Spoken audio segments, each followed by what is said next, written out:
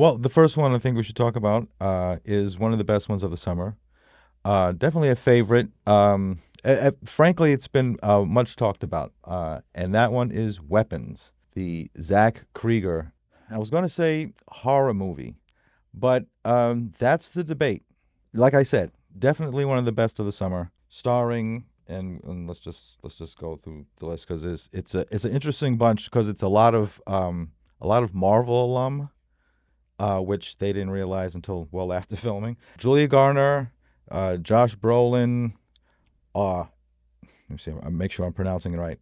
Alden Enric, Old and Aaron Reich. and Benedict Wong. He is also in there, Benedict. Oh, that is a lot of Yeah, yeah, that's two yeah, Marvel alum right there. yeah. No, well, Three actually, with Brolin too. Brolin. It's actually that's four. Yeah. That's four because Alden is in Ironheart. Oh, okay. I haven't Yeah, seen and Ironheart. he plays a very interesting character Oh that wow. So relates. Well, I don't want to spoil too much, they but just got to. So they just were like, "Hey, Marvel, you're doing great at casting." and what was funny in that is I watched some of the interviews afterwards. They did not realize it until the press interviews that they were all in Marvel movies. I think I talked about this with Eric before the summer, and he mentioned that Zach Krieger, who was in The Whitest Kid You Know, he had also directed a movie called Barbarian Yes, that did quite well. Did you see yes, that? yes. Now that's a horror movie. That is a horror movie and highly recommended. Okay. And Weapons, which is a top notch thriller. I mean, it is it's scary in a lot of places. It has a lot of horror elements, um, and it has I want to say more than memorable character from Amy Madigan. She has to be mentioned because and I will not spoil anything about her character, but when you see her character, you will never forget it. You will never forget the character, and it's made so that you're also never supposed to forget her. Frankly, whether or not they do anything else with her, I'll just leave it open if they can. But yeah, there are many elements. There are many horror elements to this movie. That and still, I cannot call it a horror movie. Well, break down the plot for us though. Like give us a Sure. little synopsis and tell us what happens in the film. One night, one random night at 2:17 in the morning, 'cause they make a big deal out of mentioning that. A classroom of kids, all the children that are in the same classroom, got out of their beds in the middle of the night, walked out of their house, and ran literally into the night, never to be seen again. Naturally, naturally, the community, rather, goes into a frenzy.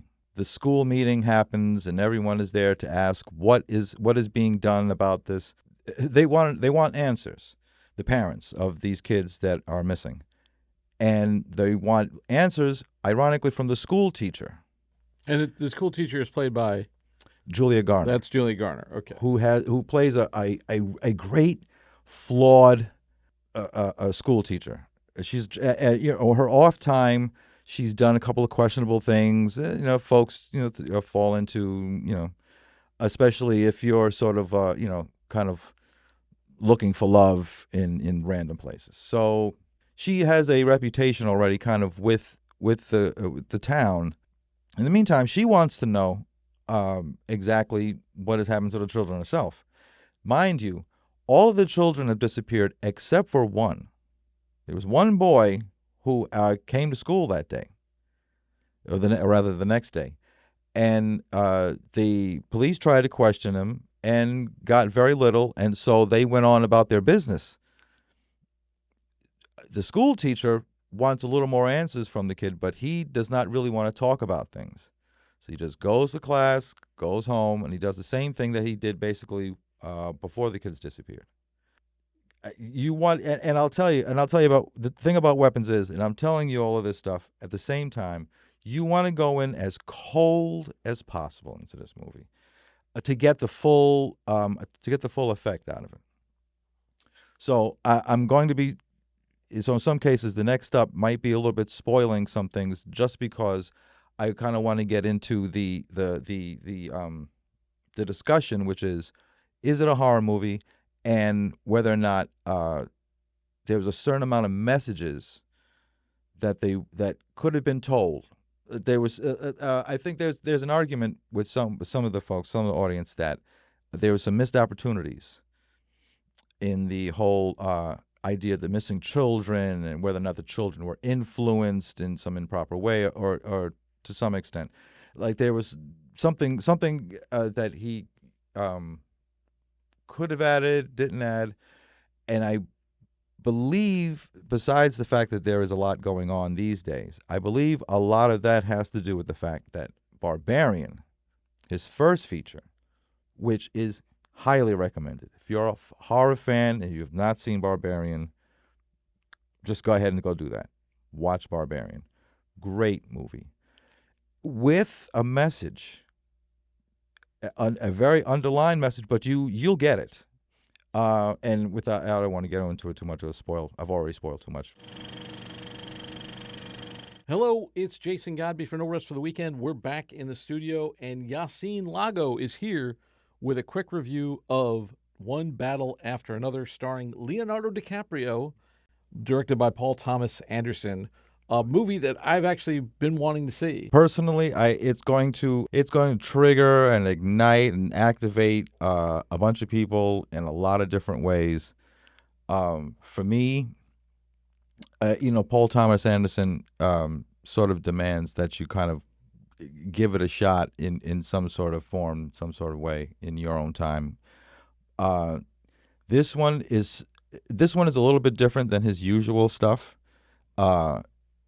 Even when he does, modern day pictures, they're sort of in their own sort of altered world sort of thing. This one, it feels very much like it has its hyper reality elements to it. This one feels like it is very much politically of the time, right now, of the moment, and the hot, the hot button issues of the time. Mainly police tactics, immigration policies, and this such. Break down the plot for us. Give us a little synopsis. Okay.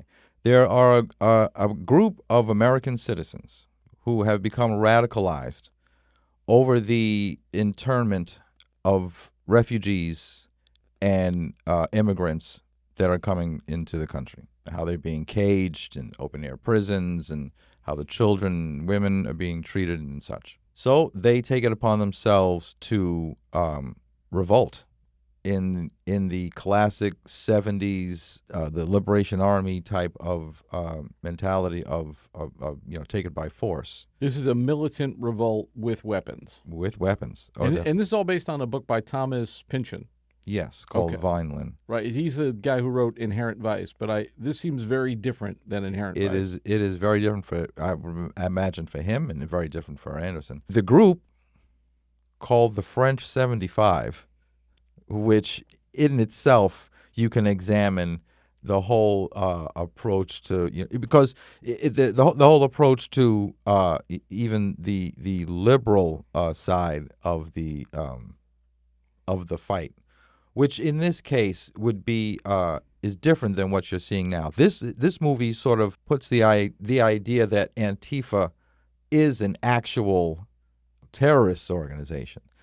And terrorist organization, as in they terrorize the folks who are encamping the people, and then later on, who are funding these laws and this sort of new authoritarian attitude that's being applied to the police and the military, the militarization of all authority. As usual, like any one of these groups, there's a collection of individuals who have come together to do this sort of thing. And one of them is the bumbling, the hot mess that is Leonardo DiCaprio. In the movie, he gets the nickname Ghetto Pat.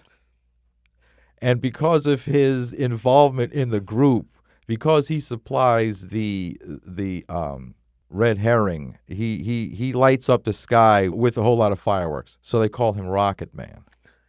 He gets that name. Somewhere along the line, somewhere in there, he kind of catches the eye of the more radical of the group, Perfidia of Beverly Hills, played by Tiana Taylor, who love her or hate her, you will not come out of this not remembering her.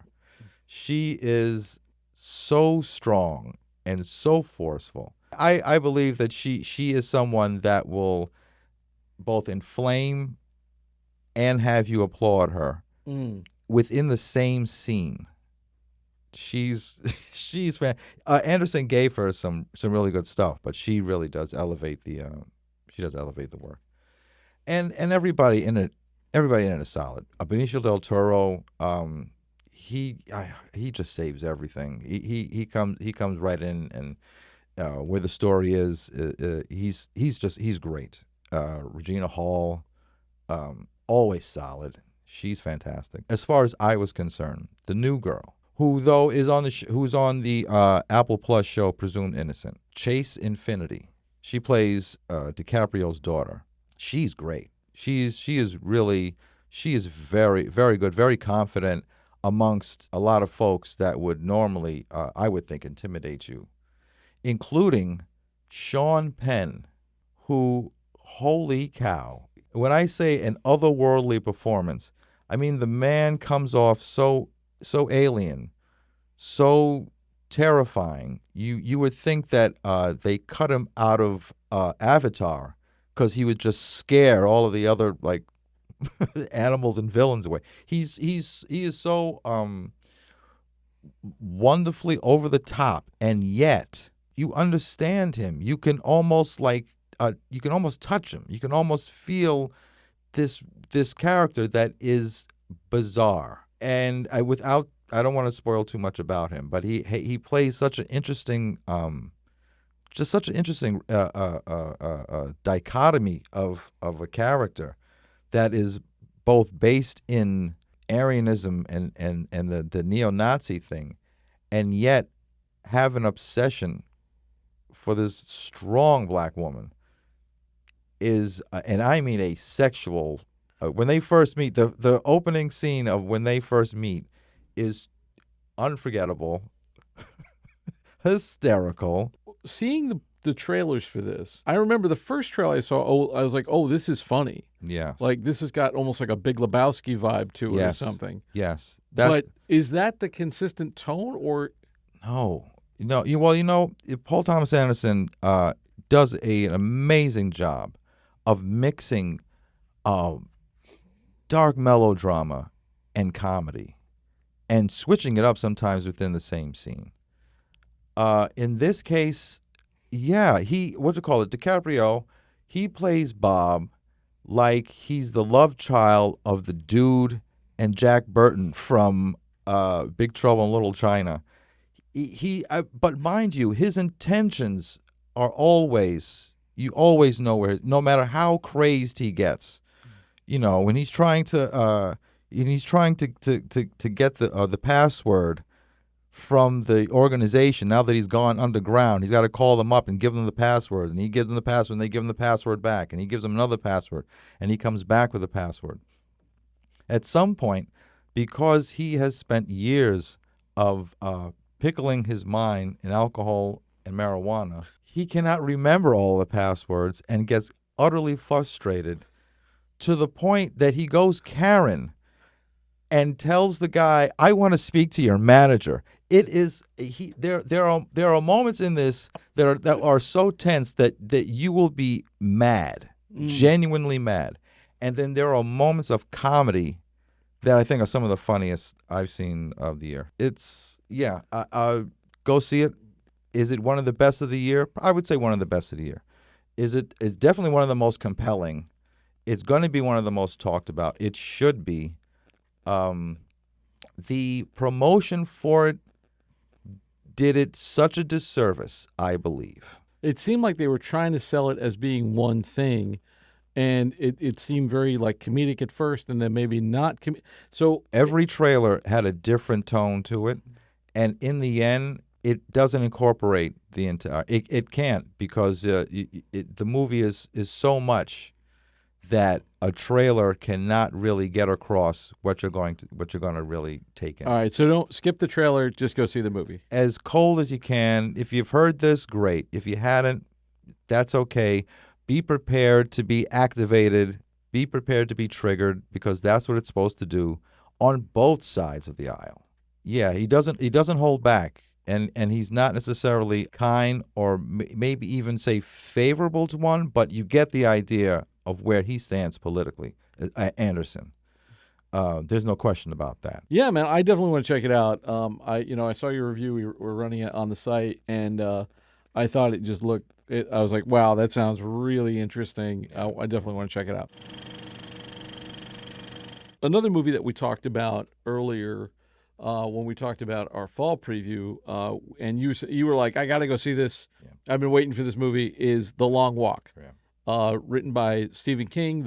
He wrote the book as Richard Bachman. So tell us a bit about it. It's in a alternate America, an alternate history where we've lost a war somewhere, and that loss has depressed America to the point of not only a nationwide just sort of a feeling of maudlin, of a feeling of like the depression, but economically. So it seems like everybody has been hit. So the country's in this depression. The government decides that they need to figure out exactly how to keep the masses sort of appeased and entertained at the same time. And in this way, they come up with The Long Walk, a perverted anti-race where basically a group of kids a group of young boys who would have normally been drafted into the war are now set to basically walk and I forget the exact distance, but it's a very long distance, and over that period of time, the contestants will begin to drop out because of the intensity of this walk. Now, you can't walk under a certain speed, and you can't walk off the path. You'll be given notice, like 2 or 3 notices, and then immediately shot in the head. In which case, yes, each elimination is done up close and personal. So they're not shying away from the brutality of it. Absolutely not. And frankly, the technicalities of doing a race like that, which means not being able to go to the bathroom. So there are some extreme scenes with them dealing with that. Wow. Okay. And so along the way, you would think that a race like that means that the boys would be against each other, that there would be some sort of antagonistic situation. Competition. Right. In this case, they go in sort of the opposite direction. And that's where the Stephen King really comes out, I feel, because he becomes a sort of stand by me, at the end of the world sort of thing, where there are a group of boys who kind of form an alliance together, and that camaraderie keeps their energy and just the whole thing, it keeps them going in a race that the nation is watching and is curious to see who is going to win the race. At the end of the race, whoever the winner is, that individual, and it has to be one, that one individual is then given carte blanche. They are whatever your wildest wish is, it will be granted immediately. And so there are the boys that are there, each one with a totally different reason for being there, and it is as brutal as it seems, and yet, because of the way that these boys try to hold themselves together and try to keep each other together, there is this surprisingly uplifting feeling that you'll come out of the movie with. And Mark Hamill is he's like a big bad in it, or like he's running the race, right? He's the guy who's like he's the guy in he's sort of the guy in charge. There's no clear. We don't get to see the people above him. You don't see anybody there's no sort of officials above the major. who is played by Mark Hamill, who plays it as I like to put it, as the mascot of fascism. This guy, he is just, and the more toxic you are, even toward him, the more he appreciates it. Even, that's it, man. Give me everything you got, kind of stuff. He is just an awful an awful individual, and because it's Mark Hamill, you don't throw away the character like I don't want to. There's something about him doing this character that is just He's a terrific actor. he really is. And we got Cooper Hoffman is in it as well. Yes. Philip Seymour Hoffman's son. Yes. Stephen King is really great at writing ensembles, Yes. like the group dynamic and things like that, which is it's not easy. No. It's not easy to give all those people character development, to give them all the right amount of screen time. But he's also he's done that in so many books. Yeah. You know, I don't know if I'm running out to go see this one, but it definitely sounds interesting. And I'm not sure how well. I don't think it did well at the box office so far, but It's a shame. I might think be people will one- come back to it later because, and this is the beauty of it, the way that it's shot, it's very much a timeless sort of situation. Somebody wants to come back to this movie in 10 years. They're not going to see 2025. They're not going to see any time because it doesn't tell you what time it is.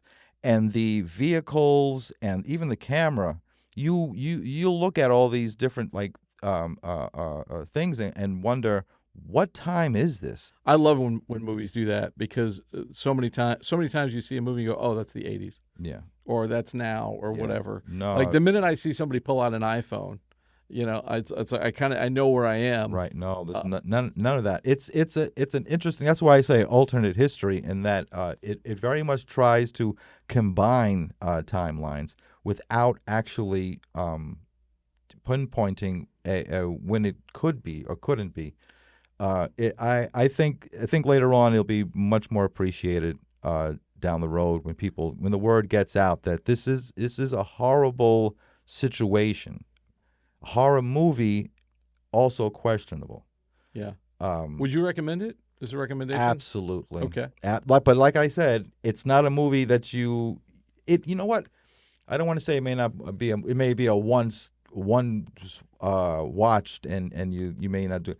I wouldn't say that. I think it may develop a cult following later on. Okay. Yeah. Okay. Yeah, down the road. Also, a shout out to David Johnson, who was in Alien Romulus, was the last movie he was in. Anything he is in at this point, I'm looking for the next project with David Johnson, because he and when you see him in this, you'll see you would have walked with him too. He's a actor to look out for. All right, so I'm going to talk about a film briefly. It's called Bang Bang, and we first encountered this film at Tribeca last year. We interviewed the cast and the director on the red carpet at the premiere, and I remember asking, what's the next step for this movie? And it was like, hey man, we're here to sell it. So at that time, they didn't know who was going to pick it up. It did get picked up. It's getting a theatrical distribution. It's a story of Bernard Bang Bang Brzezinski, played by Tim Blake Nelson. He's a retired prize fighter, former champion. You can tell this guy's got like a checkered past. What happens in the film is he's been out of boxing probably for about 10 years or more, and he was a lightweight champion. He was something of a big deal. He lives in Detroit. A lot of people in Detroit know who he is, sort of a local hero. And he had a twin brother who also boxed as well. And that comes into play later on in the film. At one point, his daughter, played by Nina Arianda, who I've seen on television before. She's really good. She's got a great presence and a great attitude. Like, she just comes in there and you could tell within 5 seconds, oh God, what these guys got a history. Something went down between these two people. And she brings with her teenage son, played by Andrew Liner, who we also interviewed on the red carpet. Really nice young man. And he's kind of a kid with not a lot of direction. He doesn't know where he wants to go in life. He just kind of plays video games. He's gotten into some trouble, and he's doing some community service time.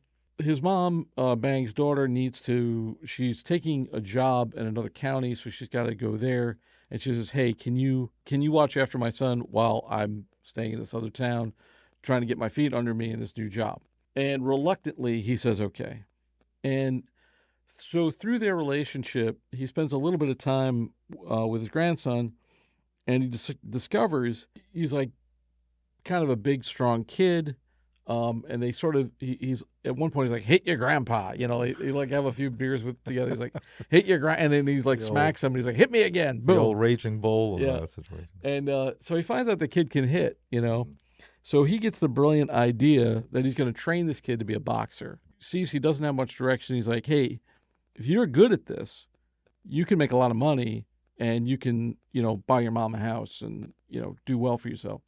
So the kid buys into it sort of reluctantly. Doesn't really seem like he wants to fight all that much, but he does it because he doesn't have much else to do. He sets up like a fight for him and stuff. And now in the Disney / Rocky version of this movie, this would be a great thing for like the grandpa and grandson. They bond. He becomes like sort of this Mickey trainer to his, and the kid goes on to win the championship and the Golden Gloves or whatever. Sure. None of that happens. Oh. This ain't that kind of movie. Oh. And people, because when I saw it, I was like, okay, this could go very right or very wrong. And of course, everything goes wrong. It's very well done. Tim Blake Nelson is terrific. Erica Gimbel is also in it. We interviewed her. She plays his love interest. She's got her own bar and she's a singer, but she's battling cancer. And you could tell they kind of used to have a thing. Like nobody is doing all that well except for Glenn Plummer, who plays another retired boxer who is sort of Bang Bang's nemesis. And some stuff went down between the two of them, and Bang Bang has never forgiven him.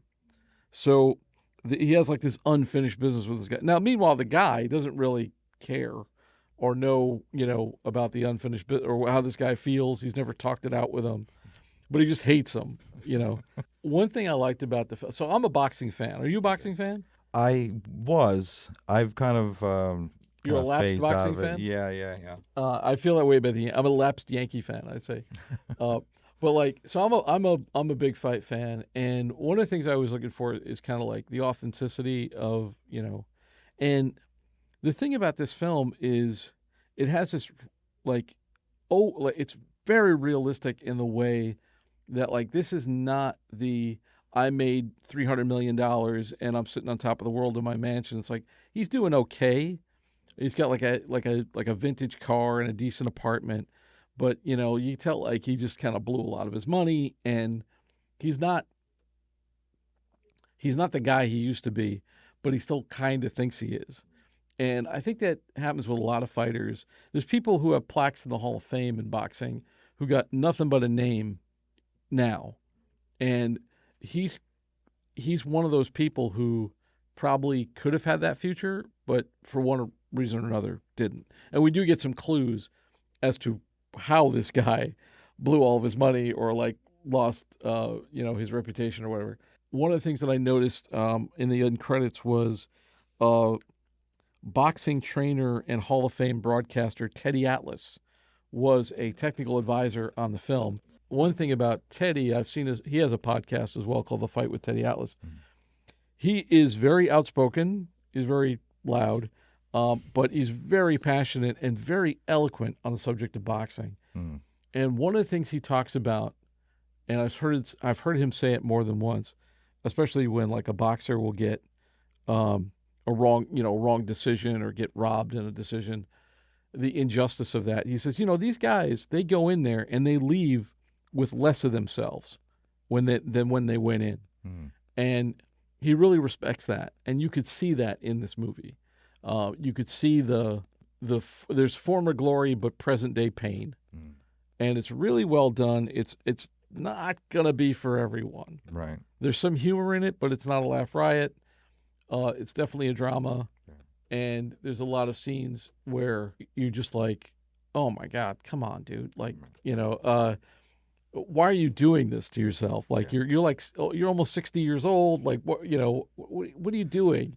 You should have learned these lessons by now, Yeah, kind of yeah, thing. yeah. Tim Blake Nelson has been doing a couple of these characters like this. Where He's fantastic. I mean, yeah, if yeah, anybody sees this movie, yeah. he should get nominated for awards. In fact, the cast is all really good. If you're a boxing fan or not a boxing fan, if you like Tim Blake Nelson, if you just want to see kind of good writing, good acting, definitely recommend. The new executive produced by Jordan Peele horror. It's a genre mashup. Let's do that. So it is a horror movie slash football sports film called Him. Little bit of a religious connotation in the name too. It would sort of imply it. Only I think because the movie itself also reinforces this idea that you have to be a sort of a god, or think of yourself in these sort of like extreme levels in order to achieve a certain level of success. And that's what basically the whole. That's what the that's what you're going to get out of the movie. That's like the crux of the That's the film. crux of the film. Yeah. The movie basically is about a young kid who's been watching football all his life and bred to be a quarterback someday in a major, a football team. And particularly his favorite one, the Saviors, who has their Wait, the team is called the Savior? team is called the Saviors. Kind of hit it a little hard with the religious Oh connotation. no! Let me tell you, the symbiology in this movie is thick and heavy, and this is part of my problem. We'll get to that in a It minute. sounds like it's about as subtle as a heart attack. There is no subtlety in this. Okay. The problem I think isn't that. They're letting you know. Well, you know what? So, Let me just continue. all with right, the, tell us with the the situation premise, okay? first before you get too into the weeds. Okay. The child whose favorite football player is the quarterback of the Saviors, who is Isaiah White, played by Marlon Wayans. Who, I mean, the character he well, he runs away with the movie. From what I've seen in the trailer, it is not. He is an absolute fantastic lunatic in this movie. Basically, the kid grows up. He's now looking to be a major draft, but then there's a major accident to him, or rather, not so much. You know what? Let me correct that. It's not an accident.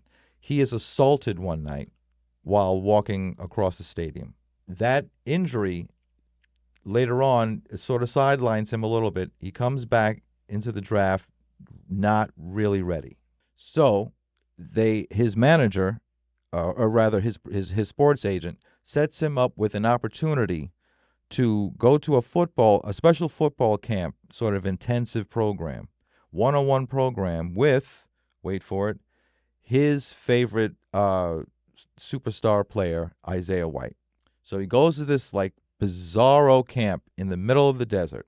There, he finds not only Isaiah White, but his influencer wife, played by Julia Fox, in this weird platinum blonde. Even her eyebrows are platinum blonde, which somebody makes a comment about later on. And there he tries to teach him, Isaiah tries to teach Cameron, played by Tyreek Withers, who was just in the remake of I Know What You Did Last Summer.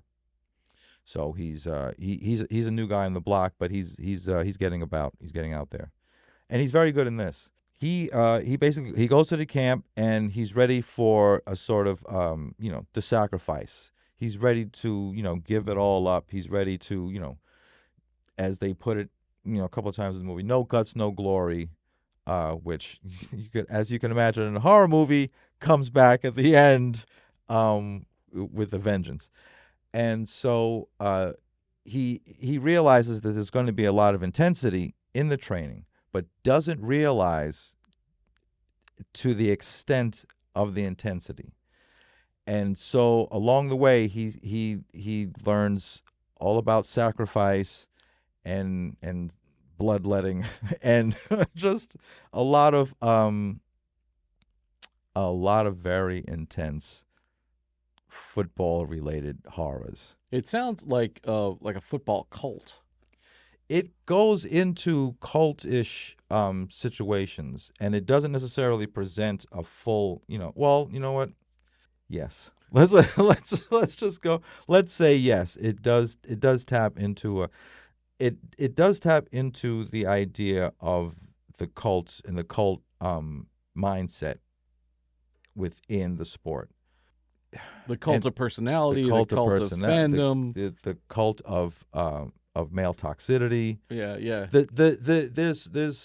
There's a lot that's presented that sort of the doors are opened, and at no point did they go back to try and, well, here's what we're talking about. They don't go in any further into subjects that they kind of opened. So it has almost like the Tron problem, where like in the movie Tron they talk about, oh, this is going to revolutionize religion. It's going to revolutionize this, going to revolution, but they never really get into They any. never get into They it. just say that this stuff is going to happen, but we never ever see it. Yeah, and it's a shame because it's a beautiful movie. Like Shout out to beautifully the shot. director, beautifully shot. Justin Okay. Tipping. He does he's the co-writer, but he's the director, and he's presented a beautiful movie. Very stylistic, but unfortunately, I have to say style over substance, because there were so many opportunities to just, let's talk about the spine fractures that they present. Let's talk about the need to eliminate your enemy. Like even to the point of death. Kind of where is it? Why is it that we're in the society where this is what the level of what it is? This cult The level of competition sort of creating these psychopathic, sociopathic tendencies. absolutely. But so you feel like this movie, it's like, And the symbiology is just flying fast. but it's not enough to really say what you like. Well, you got all these things from it, like you could Yes, tell, there's a lot of stuff that they present but without getting into any further. It's. so it just didn't dig deep enough for you.